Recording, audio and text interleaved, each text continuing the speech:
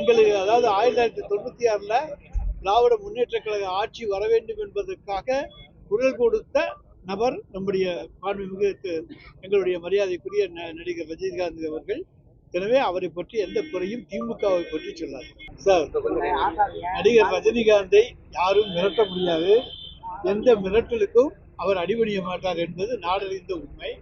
எனவே திமுக மிரட்டியது என்று சொல்லுவது அப்பட்டமான பொய்.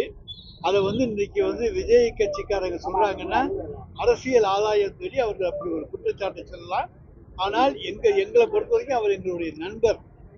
எங்களுக்கு அதாவது 1996ல் திராவிட முன்னேற்ற கழக ஆட்சி வர வேண்டும் என்பதற்காக குரல் கொடுத்த நபர் நம்முடைய மாண்புமிகு எங்களுடைய மரியாதைக்குரிய நடிகர் ரஜினிகாந்த் அவர்கள்.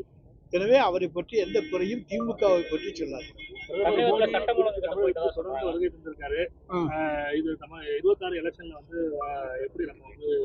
இந்தியாவில் இருக்க மக்களுக்கு சாப்பாட்டுக்கு கேஸ் கொடுக்க முடியாத மோடி இந்தியாவை காப்பாற்ற போறாரா?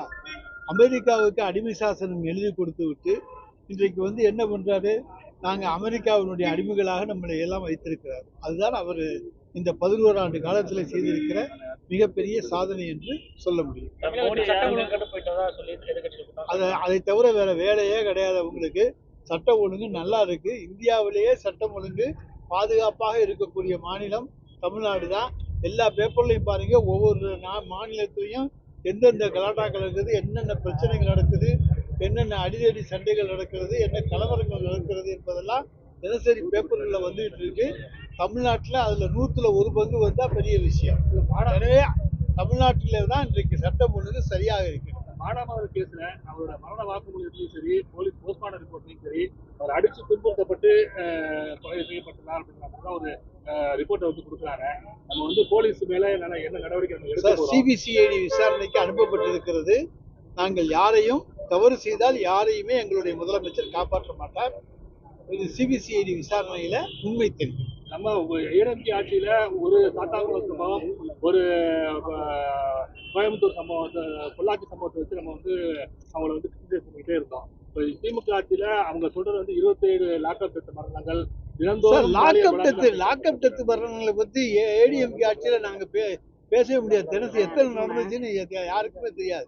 அந்த அளவுக்கு லாக்அப் டெத் மரணங்கள்லாம் நடந்திருக்கு. அதனால லாக்அப் டெத் மரணங்கள் ஏடிஎம்கே ஆட்சியில கிடையாது, திமுக ஆட்சியில தான் 27 அப்படின்னு சொன்னா அதை விட அப்பட்டமான பொய் வேற எதுவும் இருக்க முடியாது. எங்களை பொறுத்த வரைக்கும் லாக்அப் டெத் மரணம்னா அதுக்கு விசாரிச்சு உரிய தண்டனை நடவடிக்கை எடுக்க போறோம், தண்டனை கொடுக்க போறோம். நாங்க யாரையும் அடிச்சு கொள்ள வேண்டிய அவசியம் எங்களுக்கு கிடையாது, அவங்களுக்கு தான். தமிழகத்தில் சட்டம் ஒழுங்கு சரியா இருக்குன்னு தூத்துக்குடி மாணவி பாலியல் வன்கொடுமையில சார் அங்கொன்றும் இங்கொன்றும் ஒரு சில சம்பவங்கள் நடப்பது உண்டு.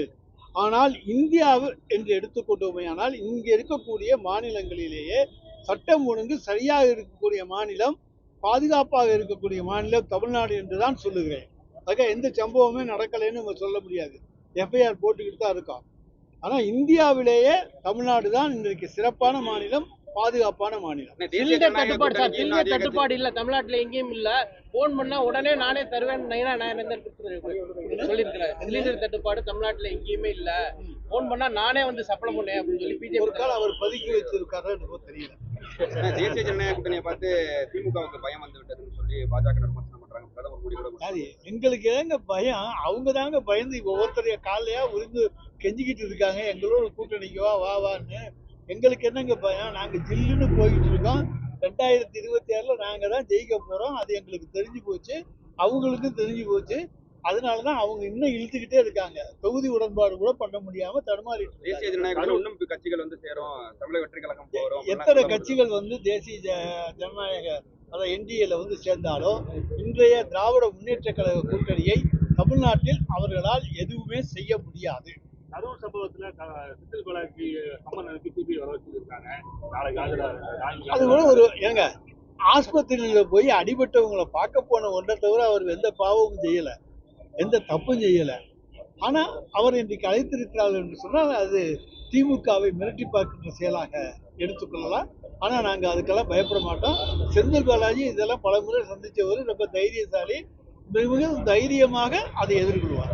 என்டிஏ கூட்டணிக்குள்ள விஜய் கொண்டு வரதான் சிபிஐ சமாளிக்கிறது பரவலா. அது மோடிக்கு அமித்ஷாவுக்கு உண்டான வெளிச்சம், எங்களுக்கு தெரியாத இந்த வெளிச்சம்.